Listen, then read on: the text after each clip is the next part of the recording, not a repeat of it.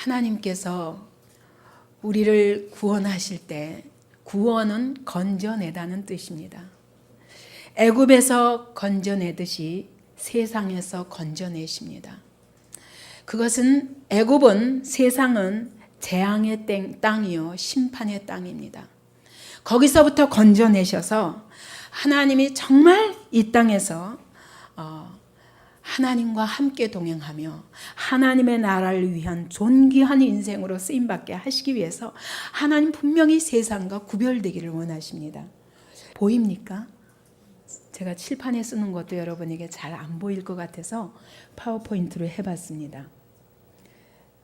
애굽에서부터 하나님이 그 땅은 심판의 땅이요 재앙의 땅입니다. 거기서부터 우리를 건져서 가나안이라는 현세 천국이라고 표현했습니다. 그 얘기는 뭐냐면 천국은 하나님과 함께하는 곳이 하나님의 통치를 받는 삶이 천국의 삶입니다.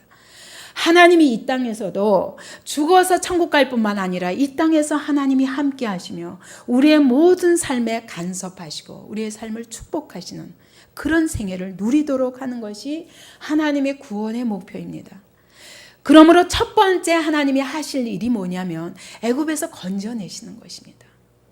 애굽에서 건져내어서 거기서 하나님의 특별한 장소를 예비하시고 가나안입니다. 거기다 예비하시고 그러나 그것이 오늘 영적으로는 예수 안이라고 그랬습니다. 예수 안에 우리를 온전히 옮겨서 예수 안에 준비하신 그 하나님의 은혜와 축복을 누리는 삶으로 거기는 바로 젖과 꿀이 흐르는 땅이라고 성경은 표현합니다. 또 다른 표현으로 하면 애굽에서는 바로가 다스리고 있기 때문에 바로 밑에서 바로의 휘둘림 아래 살고 있습니다. 그러므로 사실은 그걸 영적으로 표현하면 마귀와 연합된 자리에 있다고 표현할 수 있습니다. 왜냐하면 마귀의 휘하에서 그가 휘두르는 대로 살던 삶이기 때문입니다. 그런데 하나님께서는 우리를 어떻게 인도하시기를 원하냐면 마귀와 이혼시키고 그리고 예수께 결혼시켜서 예수님과 합하여서 예수 안에서 정말 복된 삶을 살게 하는 것이 하나님의 계획입니다. 그러므로 반드시 신앙생활에는 여러분 세상으로부터의 분리가 필요합니다. 세상의 모든 가치관과 세상에 있는 모든 것들과 하나님의 한 번은 끊으셔야 됩니다. 우리가 출애굽기에서 보듯이 이스라엘 백성이 바로 밑에서 그 애굽 땅에서 신음하던 그 삶이 끊어져야 되기 때문에 하나님이 그 땅에 찾아오신 것입니다. 언젠가 이 땅은 하나님이 찾아오실 것입니다. 그때 이 애굽에 속한 모든 사람들, 마귀와 연합한 모든 자들이 불못에 던지울 것입니다. 하나님이 그러나 그 속에서 건질 자들이 있어서 하나님이 찾아오셨을 때 어떻게 하셨냐면 6월절 어린 양의 피를 각 집에다 다 바르라고 하셨습니다. 이것은 영적으로 바로 예수님의 피에 우리의 심령을 적시는 것입니다.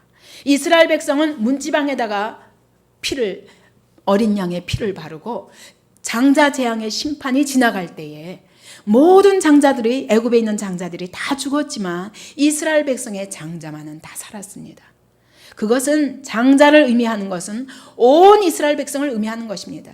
애굽의 장자를 친 것은 다 칠 수 없으니까 하나님이 마지막 심판이 있을 때까지 장자만 치며 여기에 속한 모든 자가 죽을 것을 예표하시는 것입니다.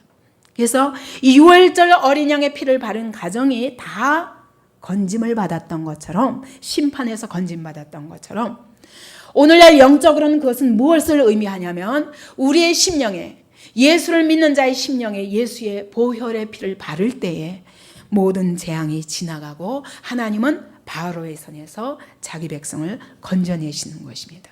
이것이 바로 영적으로는 성찬이라고 그랬습니다. 그 다음에 그렇게 보혈의 심령에 보혈을 바른 다음에 애굽에서 바로의 손에서 마귀의 손에서 건져내시고 하나님은 어떻게 하십니까? 그게 끝이 아닙니다. 그 다음에 어떻게 하십니까? 내 것이다. 너는 내 것이다. 이렇게 말씀하십니다. 하나님의 것이라는 그 의미가 무엇입니까? 레위기에 보면 내가 거룩하니 너희도 거룩할지니라 말씀하십니다. 그러므로 하나님의 것이라는 건 세상에서 건져내셔서 그 죄악의 땅, 그 마귀의 마귀와 연합되어서 마귀의 종로로 타던, 죄의 종로로 타던 그 땅에서 우리를 건져내셔서 어떤 사람으로? 거룩한 백성으로 삼으시는 것입니다. 그러므로 어린 양의 핏값을 치르면서 우리를 건져내신 후에 하나님이 우리에게 요구하시는 것은 거룩입니다. 거룩입니다. 신앙생활에서 이것을 알지 못하면 예수 믿고 교회 나오면 됐지, 뭘 그렇게 복잡하게 뭐 이래라 저래라 하느냐, 그냥 예수님의 이름을 이용해서 이 세상에서 어떻게 하면 축복받냐, 이것만 하면 되지, 뭐 때문에 이렇게 우리의 삶에 대해서 하나님이 이렇게 구체적으로 간섭하시는가. 레위기에 보면 얼마나 간섭하시는지, 먹는 것도 구별하라고 하시고 모든 생활에 하나님이 거룩하게 사는 방법에 대해서 레위기에 써 있습니다. 그와 같이 하나님께서는 우리를 보혈을 뿌려서 세상에서 마귀의 손에서 건져내신 다음에 우리를 하나님의 것으로 구별하셔서 거룩한 백성 삼으십니다. 그 다음에 뭐 하십니까? 그 다음에는 잊어버리셨습니까? 구름 기둥과 불 기둥으로 인도하신다고 그랬죠. 그러니까 하나님이 어떻게 하시는 겁니까? 이제 마귀의 손에서 건져내신 다음에 이제는 내가 너를 통치하겠다는 겁니다. 그래서 이스라엘 백성들 유월절을 지내고 난 다음에 애굽의 사람들이 막 빨리 나가라 하니까 막 무교병도 이게 누룩도 넣기 전에 그냥 다 들고 밀반 이 반죽을 다 떡을 만들기도 전에 반죽을 그냥 안고 다 떠나게 됩니다. 그럴 때 하나님께서 어떻게 하십니까? 떠나는데 어디로 가야 됩니까? 그래서 하나님이 구름 기둥과 불 기둥으로 인도하십니다. 그리고 그래서 이제부터는 하나님의 인도를 받는 삶을 살게 하시는 겁니다. 하나님의 거룩한 삶으로 인도하시기 시작하는 것입니다. 그래서 고린도전서 10장 1절에는 이것을 뭐라고 표현하냐면 우리 조상들이 다 구름 아래에 있고 그 구름이 뭐냐면 구름 기둥과 불 기둥을 이야기하는 것입니다. 그러면 성령께서 이와 같이 구름 기둥과 불 기둥은 말씀과 성령의 인도하심이라고 그랬죠. 그러면 말씀과 성령의 인도하시면서 제일 첫 번째 코스가 어디입니까? 홍해입니다. 예. 출애굽기 13장을 보시겠습니까? 출애굽기 13장 17절 18절입니다. 하나님이 홍해를 건너게 하시는 이유에 대해서 말씀하십니다. 출애굽기 13장 17절 18절 함께 읽습니다. 시작. 바로가 백성을 보낸 후에 블레셋 사람의 땅의 길은 가까울지라도 하나님이 그들을 그 길로 인도하지 아니하셨으니 이는 하나님이 말씀하시기를 이 백성이 전쟁을 보면 뉘우쳐 애굽으로 돌아갈까 하셨습니다. 그러므로 하나님이 홍해의 강약길로 돌려 백성을 인도하심에 이스라엘 자손이 애굽 땅에서 항오를 지어 나올 때에 아멘. 지도를 한번 켜보세요. 여기서 이 고센 땅에서부터 출발하는데 여기서 이렇게 가면은 보름길밖에 안 되는 거리입니다. 근데 하나님이 이렇게 여기가 이스라엘 땅이거든요. 여기가 이스라엘 땅이니까 여기까지 보름밖에 안 걸리는 길을 하나님께서 여기서부터 일부러 이쪽으로 홍해 쪽으로, 이게 홍해 여기 상류라고 그러죠. 여기입니다.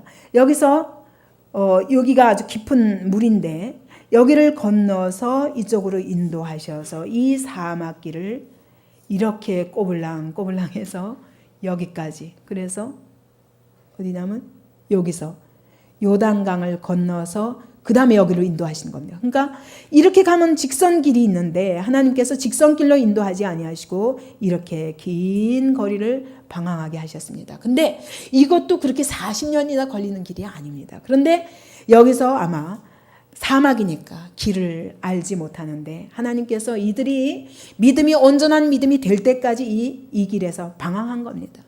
우리 인생도 마찬가지입니다. 어차피 하나님께서 신앙생활은 영적 전쟁입니다. 신앙생활에서 싸우지 않고 내 죄와 싸우지 않고 내 주변의 죄와 싸우지 않고 편하게 신앙생활 하려면 절대로 할 수 없습니다. 우리는 쉽게 가고 싶어 하고 절대로 싸우지 않고 뭔가 얻고 싶어 하지만 하나님께서는 그러지 않으면 안 되기 때문에 하나님은 다시 돌아갈 수 없는 길, 이 홍해는 한 번 건너면 하나님이 여시면 건널 수 있지만 하나님이 여시지 않으면 다시 돌아갈 수 없는 그 길로 인도하여 들이신 것입니다. 그러면 이 홍해는 영적으로 무엇을 의미하는가? 고린도전서 10장 1절 2절 보면 우리 조상들이 다 구름 아래에 있고 바다 가운데로 지나며 모세에게 속하여 다 구름과 바다에서 세례를 받고 그랬습니다. 그러니까 구름은 뭡니까? 구름은 성령의 인도하심이라고 그러면 바다, 구름 기둥과 불 기둥. 그렇다면 이 바다는 무엇입니까? 홍해입니다. 홍해에서 뭐 했다고요? 세례를 받고. 그러니까 홍해는 영적으로 세례를 의미합니다. 다시 아까 그 그림으로 돌아가십시오. 그래서 구약에서는 세례가 무엇을 의미하냐면 홍해를 들어갔다 나오는 것이 바로 세례입니다. 그래서 우리가 세례의 의미를 바로 알려고 그러면 이 홍해 사건을 기억하면 됩니다. 모세에게 속하여 모세가 인도함으로 나아갑니다. 그와 같이 이건 하나님께서 구름 기둥과 불 기둥으로 인도하시기 때문에 그리스도께서 우리의 모세 같은 선지자가 되셔서 우리를 세상에서 인도하시고 마귀의 손에서 인도하신 것처럼 모세에게 속한다는 말은 다시 말하면 그리스도께 속한다는 말입니다. 그리스도께 속하여서 세례를 받고 그러면 또 다른 말로 세례는 무엇입니까? 이제는 마귀와 연합된 자리에서 이제는 그리스도와 연합된 자리로 바뀌는 것입니다. 주인이 바뀌는 것입니다. 전에는 마귀와 결혼했다면 이제 이혼시키고 하나님께서 예수 그리스도와 결혼하는 그런 삶으로 인도하시는 것입니다. 그래서 이 세례는 원어로는 베프티즘입니다. 그것은 물에 완전히 잠기는 것을 의미하고 또 물로 씻다라는 의미입니다. 물에 잠긴다는 것은 물속에 완전히 들어갔다가 나올 때는 완전히 새로운 것으로 변화되어 나오는 것을 의미하는 것입니다. 그래서 이것을 가리켜서 로마서 아까 6장 1절에서 5절까지는 뭐라고 그랬죠? 다시 한번 보시겠습니까? 로마서 6장 1절부터 5절까지. 세례는 뭐라고요? 예수와 합하는 것이다. 3절에 보니까 그랬죠? 그 다음에 4절에서는 그의 죽으심과 합하는 것이다. 그 다음에 그와 함께 장사되는 것이다. 그 다음에 4절 마지막에는 새 생명 가운데서 행하는 것이다. 5절에 보니까 그의 부활과 합하는 것이다. 그랬습니다. 그러므로 세례는 무슨 말이냐? 예수 그리스도와 함께 뭐가 죽는 것입니까? 누가 죽습니까? 죄의 몸이 죽는 것입니다.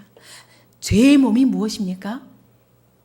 죄의 몸이 원래 어떤 세력 안에 있었습니까? 마귀의 세력 안에 있었던 이 죄의 몸이 죽는 것입니다. 왜? 예수께서 십자가에 죽으실 때 바로 이 죄의 몸을 위해서 그분의 육체가 죽으신 것입니다. 그랬다가 그분이 다시 부활하실 적에는 무엇으로 부활하셨습니까? 성령으로 부활하셨습니다. 그죠? 그분은 육체로 오셔서 우리 대신 이 죄의 몸 대신 십자가에 못 박혀 죽으셨다가 성령으로 부활하신 것입니다.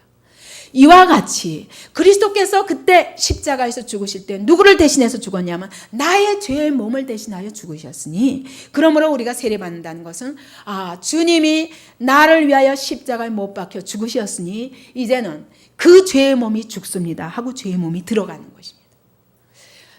그런데 이 죽는 것이 그렇게 힘들더라고요. 지난번에 제가 왜 얼마든지 머리에 물 뿌리는 것으로 그냥 세례하면 되는데 제가 지난 여름 수양회 때 여러분을 물속에 데리고 들어가서 이미 설명했습니다.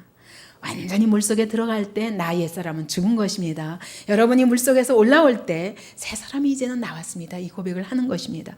분명히 가르치고 쑥 들어가십시오. 아주 사전 지식으로 가르쳤는데 막상 세례를 베푸는데 안 들어가는 거예요. 안 들어가는 거예요.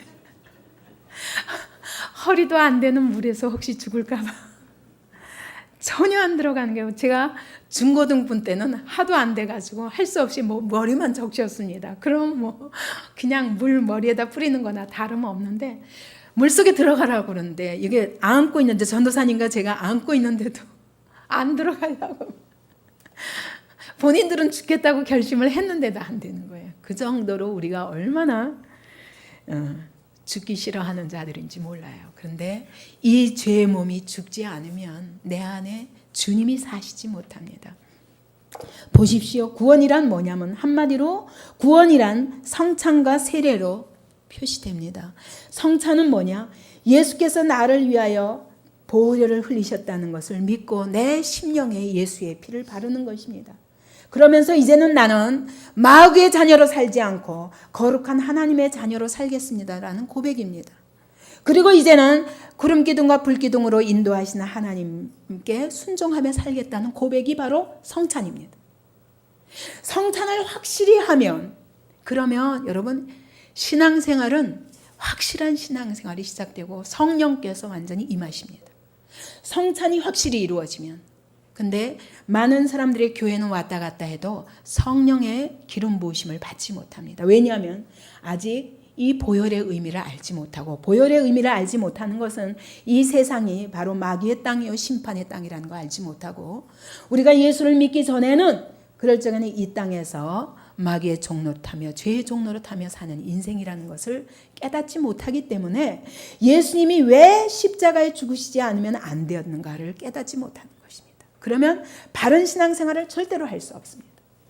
그리고 또 구원은 뭘 의미하냐? 세례를 의미합니다.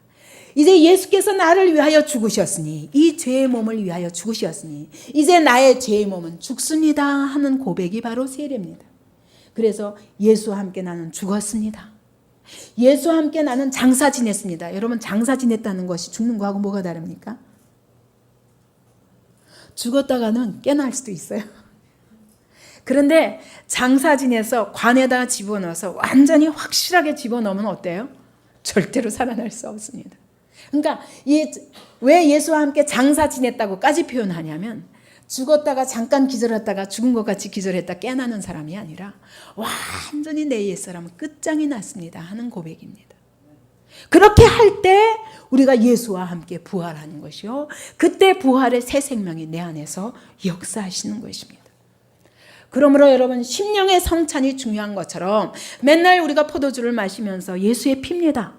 우리가 밀가루 반죽으로 빵을 먹으면서 이것이 예수님의 살입니다 고백해도 내가 마음으로 정말 예수께서 나를 대신하여 피 흘려 죽으심을 감사합니다 하는 고백으로 그분이 나를 위하여 죽으신 그 사랑 때문에 오늘 내가 살았음을 고백하는 심령의 성찬이 없으면 육신으로 맨날 먹는 성찬은 아무 의미가 없습니다. 그와 같이 여러분 이 세례도 정말 심령으로 세례를 받지 않으면 안 됩니다. 물속에 들어왔다 나와서도 여전히 내 죄의 몸이 살고 내 마음대로 내 고집대로 살겠다는 그 의지를 갖고 있는 한 이것은 세례받은 것이 아닙니다.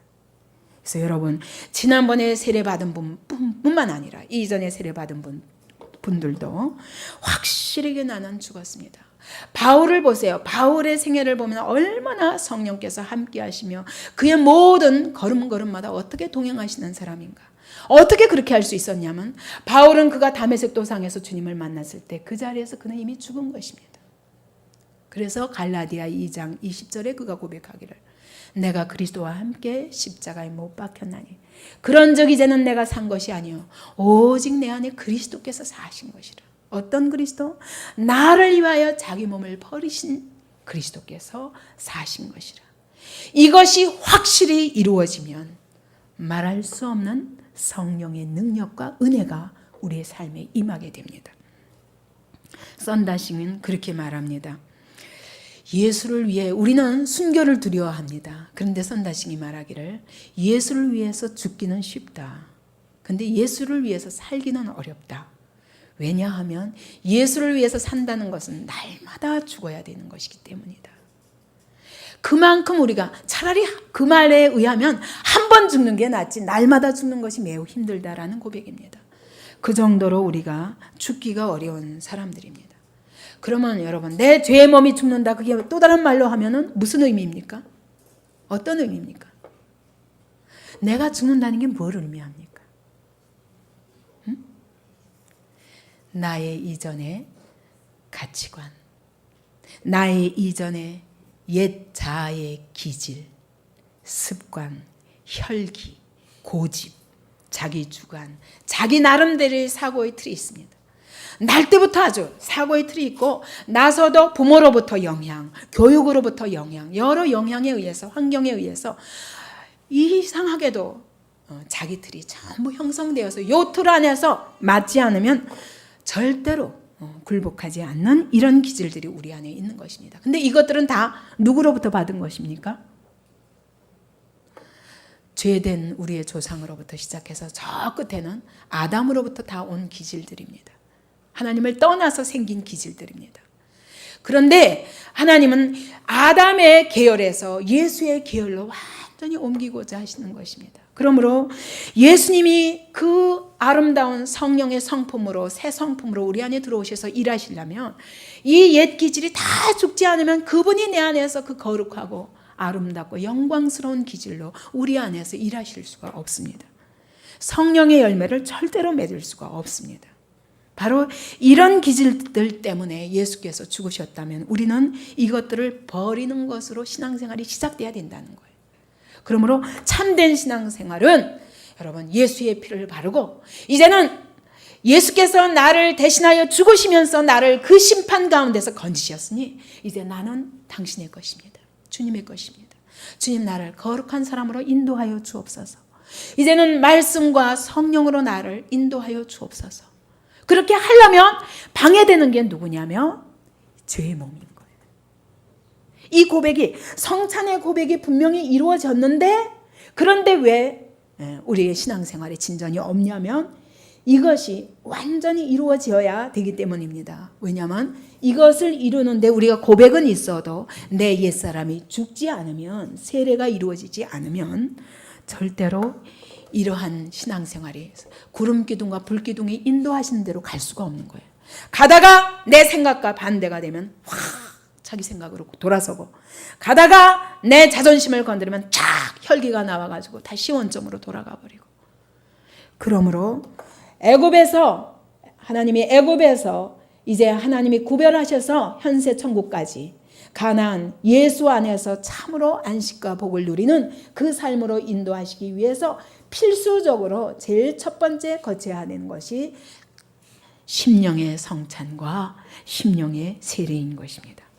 그래서 듣자니까 미국의 어떤 교회에서는 그런다고 그래요. 세례식을 저는 이게 머리에 물 묻히는 것 가지고는 의식이 잘 안 생길 것 같아서 여러분을 강가로 끌고 갔는데 미국의 어떤 교회에서는 아예 관을 만든답니다. 관을 만들어 놓고 세례의 의미가 무엇입니까? 그러면 죽는 것입니다. 준비되었습니까? 네. 그러면 들어가십시오. 집어넣고 못을 박는답니다. 그 못을 박을 때 그 심정이 어떻겠어요? 그 안에서. 그러면 못을 다 박고 나서 죽었습니까? 네, 죽었습니다. 그러면 관뚜껑을 열어주면서 예수님과 함께 부활하십시오. 일어나십시오. 그런 데는 거예요. 여러분 관에 한번 들어갔다 나오면 마음이 다를 것 같아요. 언젠가 용기가 생기면 이런 세례까지 받을지도 모르겠습니다.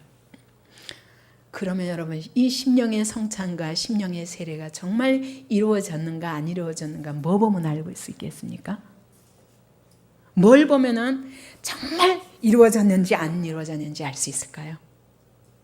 예? 삶에서 뭘 보면? 인격. 어떤 인격? 인격에서 뭐가 나타나나요? 자존심과 혈기. 예. 확실하게 내가 죽었는가 안 죽었는가는 혈기를 보면 알 수가 있습니다. 조금만 건드려도 자존심이 팍 상하면 이건 아직도 안 죽은 겁니다. 정말 확실히 죽으시기 바랍니다. 하나님께서 이와 같이 건져서 곧장 가나안으로 못 데려가시는 이유가 뭡니까? 이와 같이 세례까지 홍해까지 건넜을 적에는 자기가 산 거 아니잖아요. 그죠? 이미 죽은 겁니다. 이스라엘 백성이 홍해 들어갈 때는 자기네들은 내가 산 게 아닙니다. 하나님이 물로 다 덮어버려 애굽 군대처럼 물로 덮어버릴 수 있는데 왜 이스라엘 백성만 건져내셨을까? 그리고 그들은 광야에 나오자마자 얼마나 솟구치고 춤추며 찬양했습니다. 우리 여호와 같은 신이 어디 있느냐? 그리고 춤추고 환영했습니다. 근데 사흘도 못 가서 물이 없으니까 원망하기 시작합니다. 그 다음에 쓴물이 나오니까 원망하면서 우리를 여기서 죽게 하려고, 우리를 애굽에서 건져냈냐고 원망합니다. 왜? 혈기가 안 죽어서. 그러니까 확실한 세례가 심령에 안 이루어진 거예요. 분명히 물은 건너왔는데 계속 혈기가 나온 거야. 또 조금 있다가 먹을 게 없으면 먹을 거 없다고 원망하면서, 자, 군대 장관을 하나 세워서 우리가 모세 말고 다른 군대 장관을 세워서 돌아가자. 애굽에는 부추도 많고 마늘도 많은데 우린 뭐냐? 하나님이 우리를 광야까지 끌어왔다. 아니, 조금만 참으면 되는데 뭐 하기까지? 모세가 기도만 하면 주실 텐데 그걸 못 참고 원망하고 불평하는 거예요. 결국 광야 생활이라는 건 뭐냐면 이 믿음이 없어가지고 나는 죽었고 이젠 그리스도께서 사십니다. 이 고백이 실제로 이루어지는 일이 안 되기 때문에 하나님이 계속 훈련하시는 겁니다. 그게 광야입니다. 그래서 이 광야 생활을 빨리 단촉하려면 어떻게 하면 되겠습니까? 확실히 죽으면 됩니다. 확실히 죽으면 됩니다.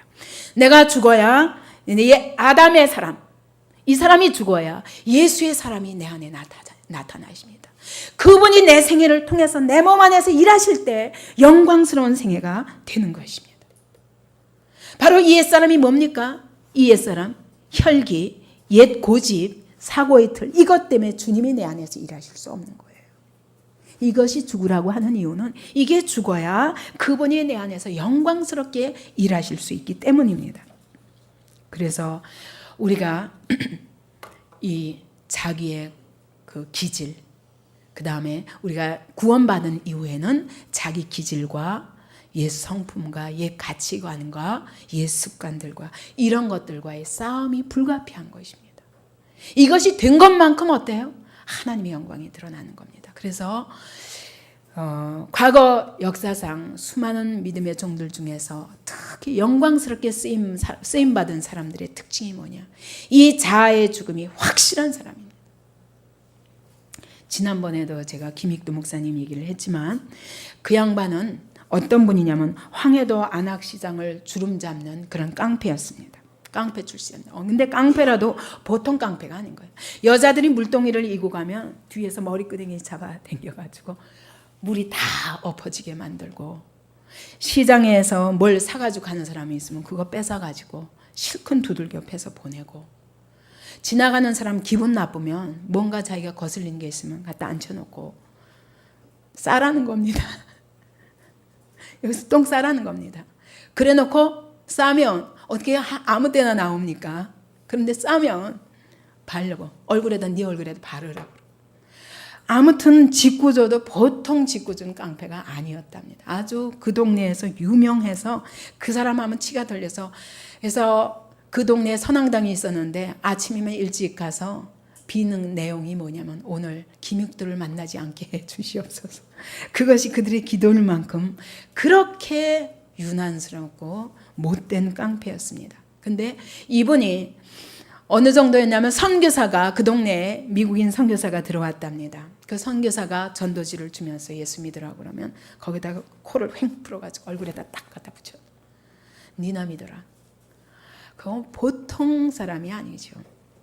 근데 이 사람이 하도 선교사가 그 한국말을 하는 게 너무너무 우스워가지고, 외국 사람들이 우리말 하면 아주 우습잖아요.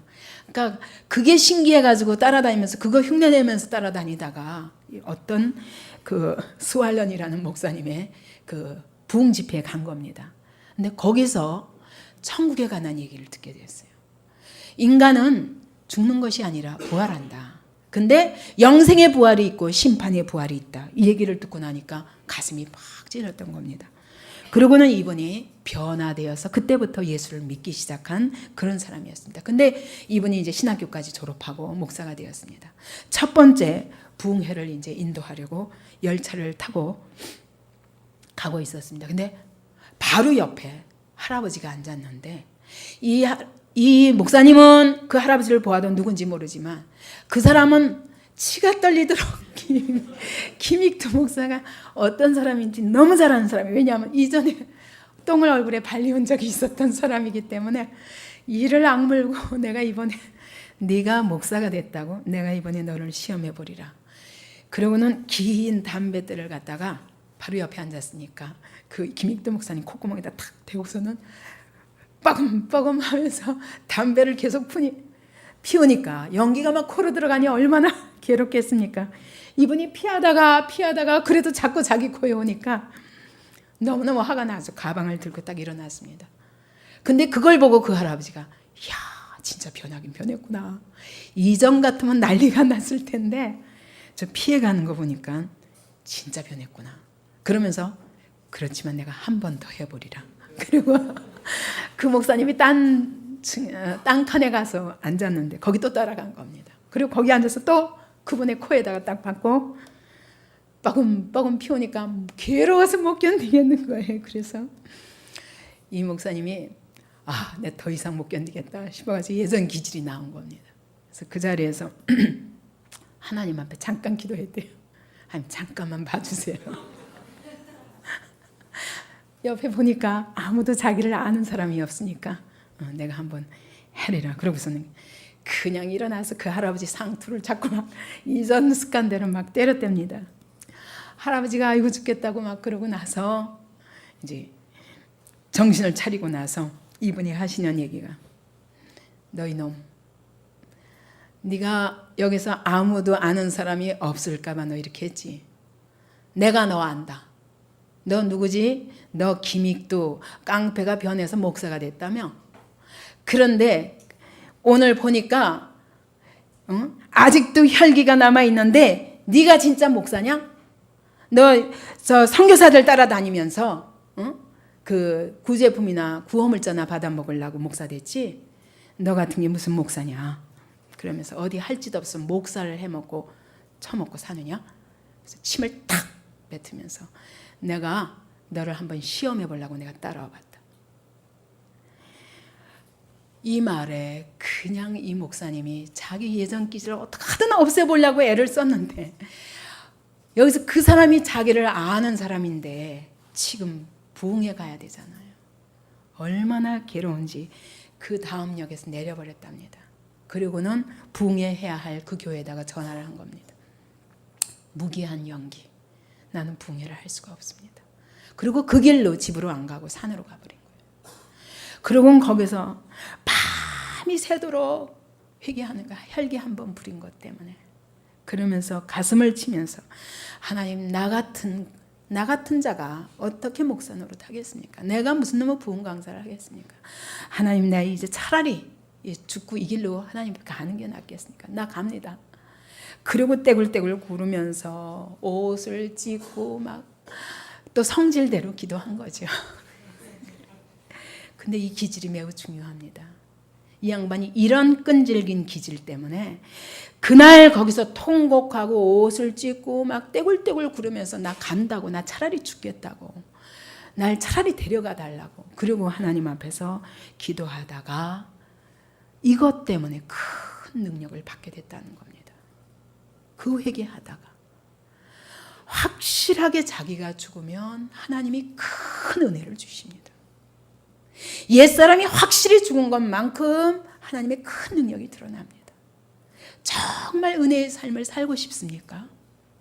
미련 없이 자기 자신에 대해서 죽으십시오. 이분이 그날 그렇게 하고는 완전히 회개하고 하나님의 큰 은혜를 받고 그리고 집으로 돌아와서 성경을 읽다가 보니까 요한복음 14장 12절에 보니까 나를 믿는 자는 내가 하던 그 일을 저도 할 것이요 또 그보다 더 큰 일도 하리니. 요 말씀 하나 딱 붙잡고 이제 나간 겁니다. 자기가 늘 깡패 노릇하던 그 시장에 또 나가가지고 거기 안진뱅이가 있던 것이 기억나가지고 그 안진뱅이에게 가서 그보다 큰 일도 한다고 그랬지. 그러면서 그 사람을 근데 조금 자신이 없으니까 그 안진뱅이를 끌어다가 골목에다 데려갔습니다. 그래놓고 아무도 안 보는 자리에 가서 계속 나는 예수 믿는 사람인데 예수 이름으로 일어날 수 있다. 그래서 예수 이름으로 명하노니 지금 일어날지어다. 아침부터 저녁까지 외쳐도 이 사람이 안 일어나는 거예요. 이 사람들 기진해가지고 난 차라리 저기 가서 시장 바닥에 가서 거지 노릇하면 내가 오늘 돈이라도 버는데 이 사람 여기 골목에다 갖다 놓고 자기 혼자 갈 수는 없고 아침부터 저녁까지 땀을 빼다가 끝내 안 일어나는 걸 보고 또 낙담한 겁니다. 집에 가서 떼굴떼굴 구르면서 통곡을 하면서 하나님 거짓말쟁이, 예수님도 거짓말쟁이, 성경도 다 거짓말이야. 왜 예수님보다 더 큰 일도 한다고 그랬는데 하나도 나는 못했다고 그러면서 이 성경 다 찢어버릴 거야. 깡패대로 은혜를 받아도 여전히 깡패 기질대로. 그리고 통곡을 하고 하나님 앞에 땡깡을 부리다가 잠이 들었습니다. 근데 꿈에 예수님이 나타나셔서 그랬다는 거예요. 야 김익두, 네, 너 믿고 해야지. 그랬더니 제가 믿었잖아요. 믿었는데도 왜 안 돼요? 믿었는데도 안 됐단 말이에요. 근데 믿는 놈이 뒷골목에 가서 기도하느냐?